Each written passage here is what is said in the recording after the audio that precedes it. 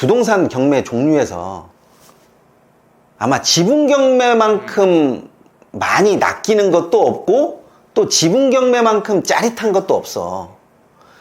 지분 경매가 상당히 매력적인 경매의 한 형태이기는 맞는데 이게 알고 모르고의 수준 차이가 너무나 극명하게 나눠지다 보니까 나는 솔직히 초보자들에게 권하고 싶지는 않아. 그런데 가끔 이 초보자들이 정말 자신만의 그 판타지에 빠져가지고 갖고 오는 물건들이 있어. 판타지 플러스 가격에 대한 욕심. 왜냐면 지분 경매는 저렴하게 떨어지니까. 그렇지. 당장의 소유권을 이용해서 뭔가를 할 수 없음에도 불구하고 이 감정가 정도는 내가 받을 수 있겠다라고 하는 착각에 많이 빠지더라고. 그렇죠. 오늘도 그런 개미 지옥? 뭐 그런 물건을 가지고 왔으니까 한번 보자고. 네, 어떤 물건인지 같이 보겠습니다. 202 타경 46221 물건이고요. 소재지는 경기도 평택시 팽성읍 노아리에 있는 사건입니다. 평택이니까 또 보시는 분들도 많겠네요. 그렇지, 경기도잖아. 용도는 전이고요. 지분으로 된 토지입니다. 18평 정도 되는 토지이고 제시회라고 되어 있네요. 제시회로 137평에 되는 건물이 있겠죠. 제시회니까 18평에 제시회가 137평 정도 되는 조금 더 보겠습니다. 감정가가 1900이에요. 1900 정도에 한번 유찰돼서 1300 정도인데 지금 이제 5월에 한번 진행이 되거든요. 얘는 절반 아래로 떨어지겠죠? 당연히 떨어지지. 1000만 원 아래로 떨어지는 것은 당연한데 문제는 누가 나서냐는 거야. 그때부터가 시작이겠죠. 1000만 원 아래로 떨어지면 다음에는 뭐 900대부터 시작되고 그 밑으로는 또 뭐 700대, 600대가 되면 사람들이 그게 좀 만만해 보이거든요. 그럼 내가 이 돈 있어도 살고 없어도 산다.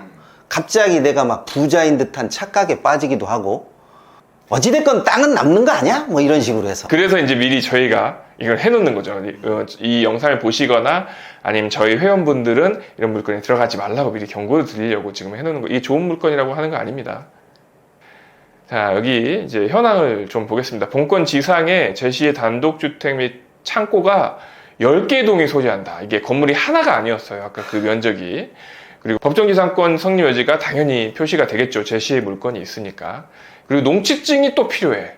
그러니까 지상에 지금 이 농지인데 농취증이 또 필요하다고 되어 있는데 여기 단독주택하고 창고 건물이 10동이 있기 때문에 일단 농취증 받기도 쉽진 않겠네요. 또 지분이고. 네, 그런 상태이고. 그래도 토지는 이제 계획관리지역 안에 있는 토지니까 사람들이 관심을 좀 갖겠네요. 자, 이렇게 많은 건물들이 지금 매각 제외로 지금 들어가 있고요. 보시면 본권 토지에는 이 지분, 이 토지만 매각 대상인데 지상에 제시의 주택이 도로명 주소판이 있고 또 여기에 사람이 살고 있다. 살고 있는 분들도 있다. 이렇게 나와 있고요. 아니 농지인데 거기에다 집을 짓고 살았어. 거기에다 도로명 주소까지 나왔어. 그러면 얼마나 오래전부터 이 건물이 존재해왔을까? 그렇죠. 이 사진을 보시면 이제 위아래 쪽은 주택들이 좀 들어오고 있어요. 근데 여기 쪽 이 마을에 있는 부분인 것 같은데요. 야, 이 건물들을 보시면 벽돌도 뭐 시멘트 벽돌이 아니고 그냥 흙벽돌이네요. 흙벽돌에 그 다음에 이 슬레이트 성면이 잔뜩 들어간 이 슬레이트 지붕 거의 몇 년 됐을까요? 한 6, 70년 되지 않았을까요? 그쯤 됐을 거라고 추정은 돼. 그리고 이 건물들이 제대로 활용할 수 있는 건물이 몇 동이나 있겠어? 없겠죠. 무허가 건물인데다가. 자, 이거 보세요. 287에 372 한 필지에 건물이 이렇게 아까 전에 본 그런 건물들이 이렇게 있는 거죠. 예. 여기에 지분 아까 18평 정도 되는 지분이 걸린 그런 땅인 거죠.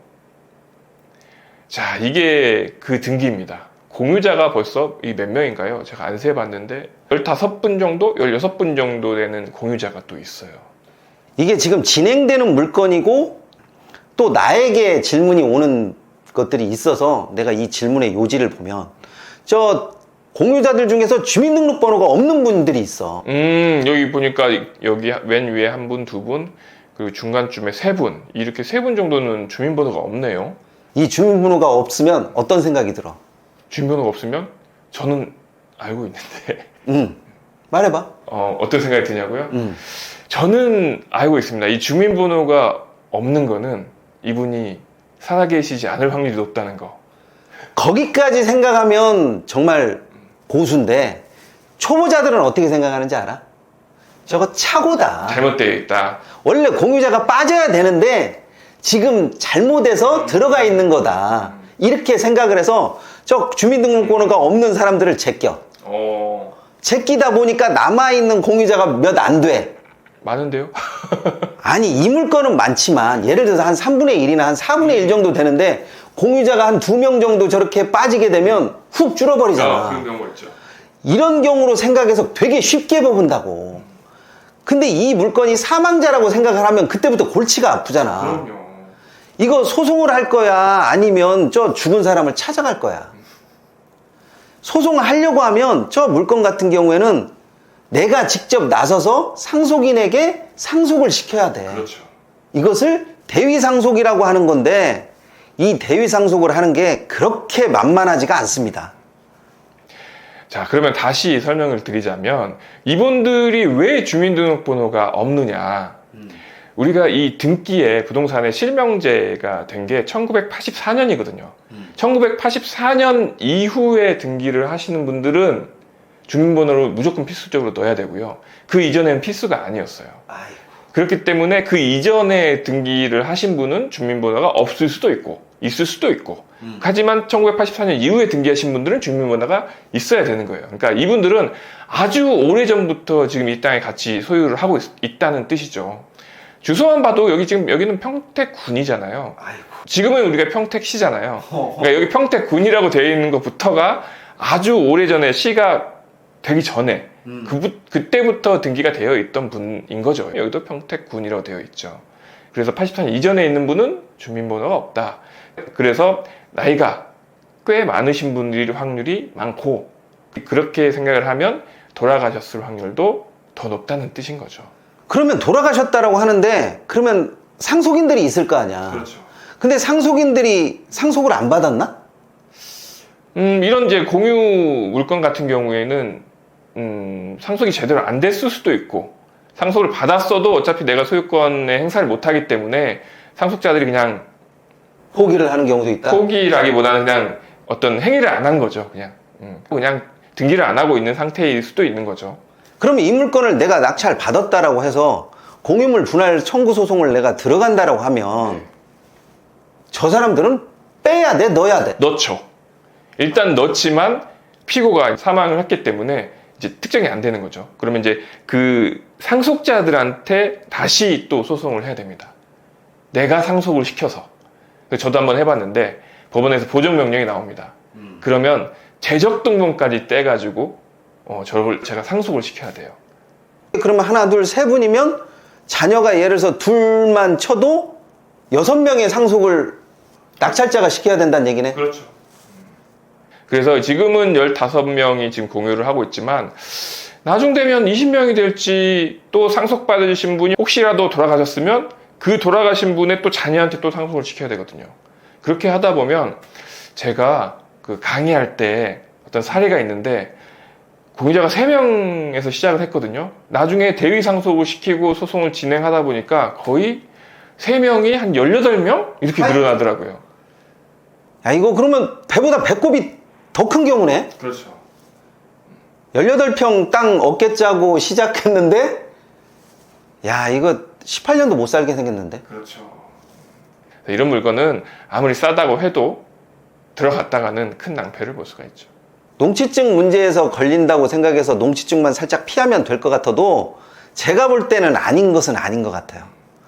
이 물건은 결국은 저 공유자들 중에 한 명이 가져가는 것이 가장 맞지, 투자자가 이 물건을 가지고 가서 이득을 볼 수 있는 확률이 나는 없다고 봐. 그렇죠. 근데 공유자들도 굳이 자기가 소유권 행사를 못하는 상황에서 굳이 누가 가져갈까? 이런 생각도 들긴 합니다. 어찌됐건 저 물건 같은 경우에는 천상 공유자들끼리 합심해서 날려야지 이 상황에서 강제 경매가 이루어진다고 가지고 저 경매로 이득을 보는 사람이 나오겠다 이렇게 볼 수는 없을 것 같다. 진짜 저렴하게 떨어지면 누군가는 뭐 한 200 정도, 300 정도 떨어지면 저라면 제가 이 동네에 있는 사람이라면 그리고 농지증 문제가 해결된다고 하면 그냥 뭐 묻어둔다 라는 생각으로 또 누군가는 또 할 수도 있는 거죠. 너는 그렇게 겪어보고도 모르냐? 내가 볼 때는 나는 한 600이나 700선에서 분명히 한 명 나올 거고 평택이잖아. 그리고 500 밑으로 떨어지면 똥마랑 강아지처럼 한 두세 명 정도는 더 나선다고 봐.